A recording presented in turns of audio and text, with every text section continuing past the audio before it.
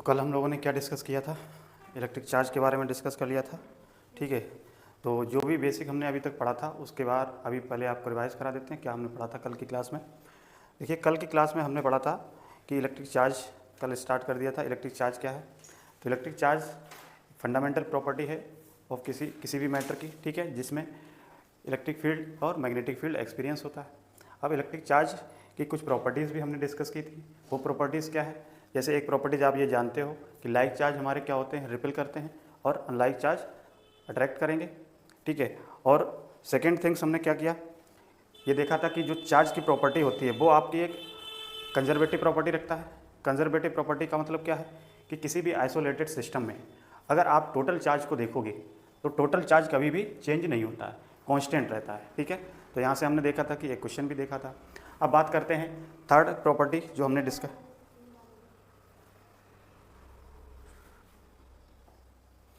Third property की हमने बात की। तो थर्ड प्रॉपर्टी में क्या हमने कहा कि चार्ज जो होता है वो क्वांटाइजेशन फॉर्म में ही होता है। क्वांटाइजेशन फॉर्म का मतलब क्या होता है? क्वांटाइजेशन मतलब होता है कि कोई भी चीज़ जो है, कोई भी चार्ज जो है वो आपको फिक्स अमाउंट में होगा। फिक्स अमाउंट का मतलब क्या है कि फ्रैक्शन में नहीं होगा, उसकी एक फिक्स वैल्यू होगी, जैसे 1 2 3 4। तो उससे एक रिलेशन भी हमने निकाला था। क्या रिलेशन था? Q equals to plus minus N E, ठीक है। यहाँ से हमने देखा था कि n क्या है, नंबर ऑफ इंटीजर है, ठीक है। E क्या है, इलेक्ट्रॉन है चार्ज पे, और Q कूलाम है, ठीक है, चार्ज है। तो यहाँ से हमने एक क्वेश्चन भी किया था। अब बात करते हैं मेथड ऑफ चार्जिंग की। हमने डिस्कस किया था कि मेथड ऑफ चार्जिंग क्या होते हैं। तो there are 3 types of method of charging.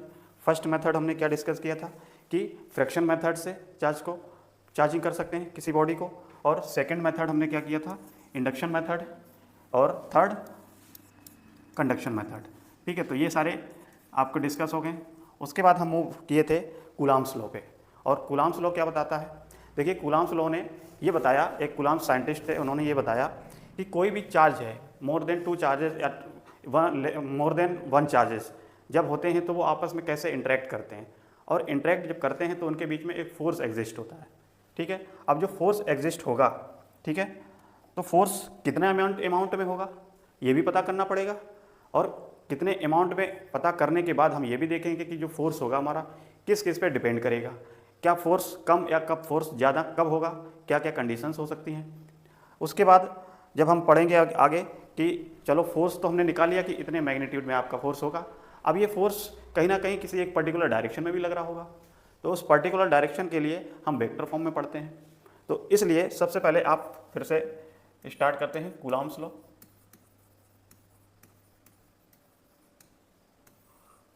देखिए, कूलाम्स लॉ सिंपली आपका क्या बताता है, हमेशा कूलाम्स लॉ पॉइंट चार्ज के लिए ही वैलिड होगा, ठीक है। अब पॉइंट चार्ज की बात करें तो सपोज करो एक पॉइंट चार्ज ये है और एक पॉइंट चार्ज ये है, ठीक है। इसको Q1 एज्यूम कर लिया, इसको Q2 एज्यूम कर लिया। ये प्लस चार्ज हो सकता है दोनों, आप चाहे प्लस माइनस ले सकते हो, वो फोर्स का नेचर आपका बदल जाएगा। तो सिंपली हमने क्या किया, 2 पॉइंट चार्ज को एक स्मॉल सेपरेशन डिस्टेंस से सेपरेट कर दिया, ठीक है।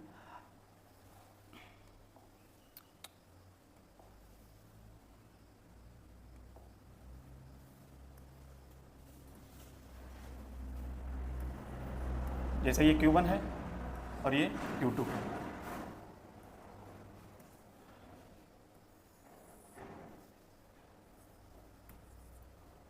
इसको R डिस्टेंस पे सेपरेट कर दिया, ठीक है। इनके बीच की डिस्टेंस कितनी है, R। तो अब सपोज करो हमने प्लस एज्यूम किया यहाँ पे, ये चार्ज Q2 ये भी प्लस है, तो इसके बीच लगने वाला जो फोर्स होगा वो फोर्स कैसा होगा, रिपल्सन फोर्स होगा। यानी कि ये जो चार्ज होगा Q1, ये Q1 चार्ज हमारा Q2 पे फोर्स लगाएगा।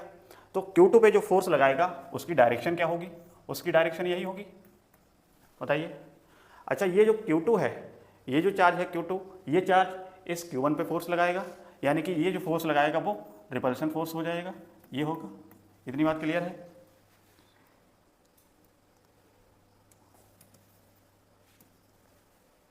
ठीक है। अब कूलाम्स ने ये बताया कि जब भी फोर्स ऑफ इंटरेक्शन की बात करें तो इंटरेक्शन जो फोर्स होता है वो इलेक्ट्रोस्टैटिक फोर्स कहते हैं। अब ये फोर्स जो होगा वो force is directly proportional to the product of Q1 and Q2 and force is inversely proportional to the inverse of to the square of inverse square of distance, यही होगा। ठीक है, इन दोनों को आप जब मिलाओगे, कंबाइन करोगे, तो ये क्या हो जाएगा, Q1 और Q2 upon are square. Clear है। जब ये प्रोपोर्शन का साइन आप हटाओगे तो यहाँ से हमारा क्या बन जाएगा, K Q1 Q2 upon are square. तो ये हमारा जो फोर्स निकलेगा, यही फोर्स क्या कहलाएगा, electrostatic force. Electrostatic force.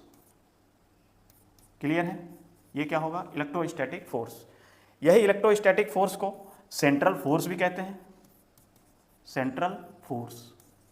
Central force, और इसी को कूलाम्स फोर्स भी कहते हैं। क्या कहते हैं, कूलाम्स फोर्स। ठीक है। अब एक बात याद रखना, जब भी जो फोर्स आपका इलेक्ट्रोस्टैटिक फोर्स जब लगेगा दो चार्ज के बीच में, तो वो हमेशा एक्ट कैसे होगा, ये पॉइंट सारे याद रखना है। एक्ट अलोंग लाइन ज्वाइनिंग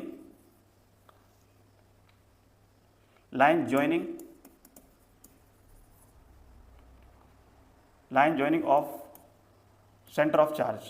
हमेशा याद रखना, centre of charge.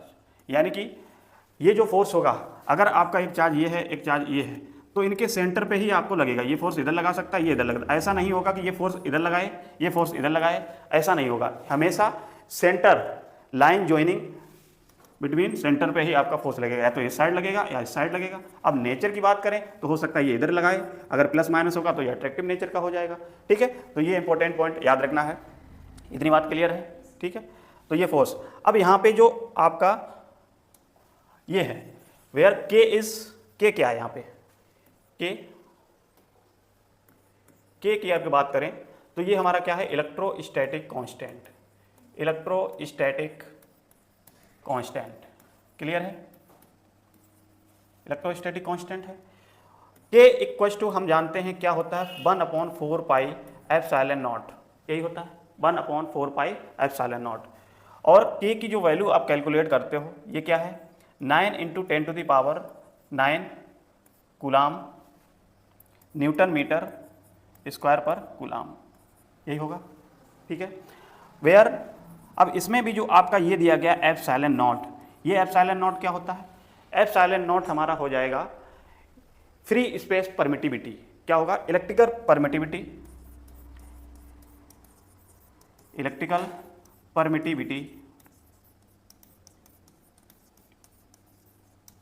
Of free space. ठीक है, क्लियर है।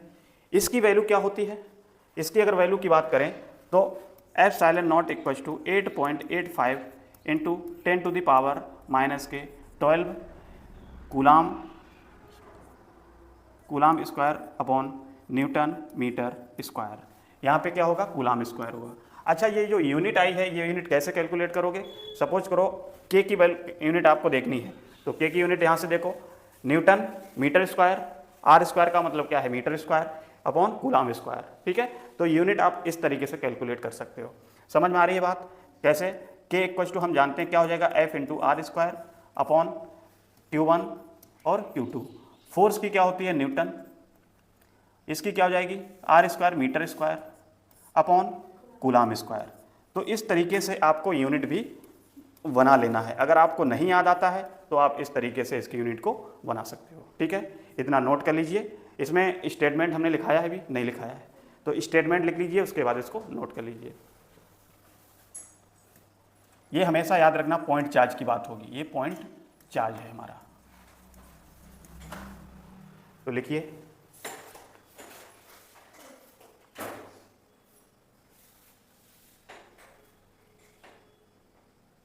the force of interaction between any 2-point charge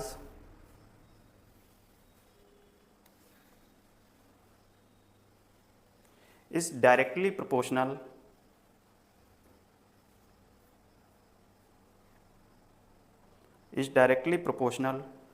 to the product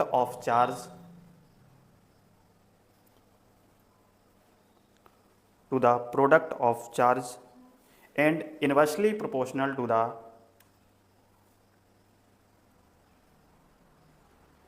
inversely proportional to the square of the distance between them and act along the line joining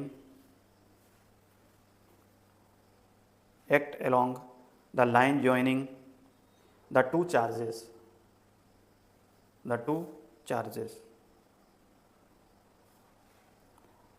suppose 2-point charge q1 and q2 suppose 2-point charge q1 and q2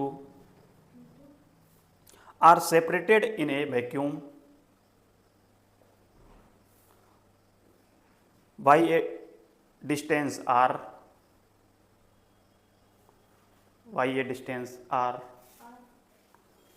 अब इसको note कर लीजिए।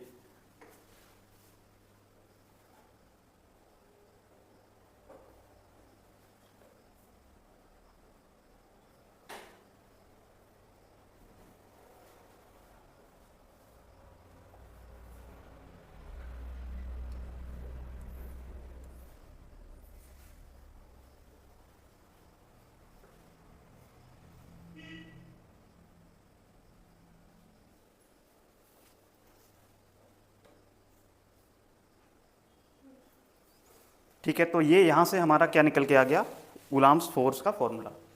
अब देखो यहाँ से ये जो फॉर्मूला है हमारा F equals to K Q1 Q2 upon R square. अब इसमें हम ये देखते हैं, इसको थोड़ा एक्सप्लेन कर लेते हैं। जैसे Q1 और Q2 क्या है, चार्ज है। तो अगर आप फोर्स को देखोगे तो फोर्स इंक्रीज कब होगा, तो फोर्स जब इंक्रीज करेगा जब आपकी Q1 और Q2 का जो प्रोडक्ट है वो इंक्रीज करेगा। बताइए, यानी कि अगर जितना बड़ा आपका चार्ज होगा सपोज करो, तो उतना ही ज़्यादा फोर्स लगेगा उनके बीच में, क्योंकि उनका प्रोडक्ट जो होगा चार्ज का वो इंक्रीज करेगा। तो फोर्स डायरेक्टली इंक्रीज तभी करेगा जब फोर्स की वैल्यू, जितना छोटा चार्ज उतना फोर्स कम, जितना बड़ा चार्ज उतना फोर्स ज़्यादा। ठीक है, इसी तरीके से जो फोर्स है, फोर्स इंक्रीज करेगा जब r की डिस्टेंस क्या होगी, वो डिक्रीज करेगी। सेपरेशन डिस्टेंस जैसे Q1 और Q2 है, एक डिस्टेंस हमने सपोज करो इनके बीच जो है r है, वो अगर कम कर दोगे तो इनके बीच कम करने वाला करोगे डिस्टेंस, तो फोर्स इंक्रीज करेगा। डिस्टेंस जितनी दूर करोगे इनके बीच लगने वाला फोर्स डिक्रीज हो जाएगा। क्लियर है। अब यहाँ से अगर आप ये देखो कि F जो है वो इनवर्स स्क्वायर लॉ को भी फॉलो करता है।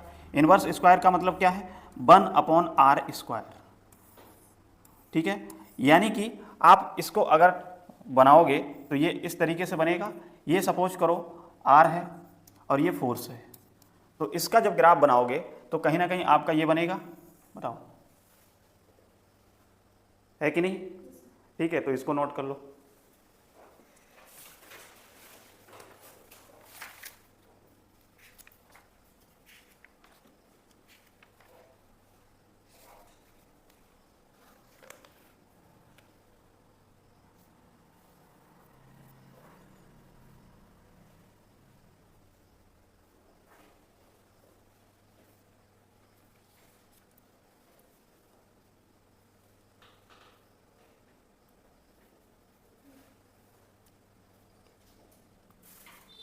ठीक है, हो गया।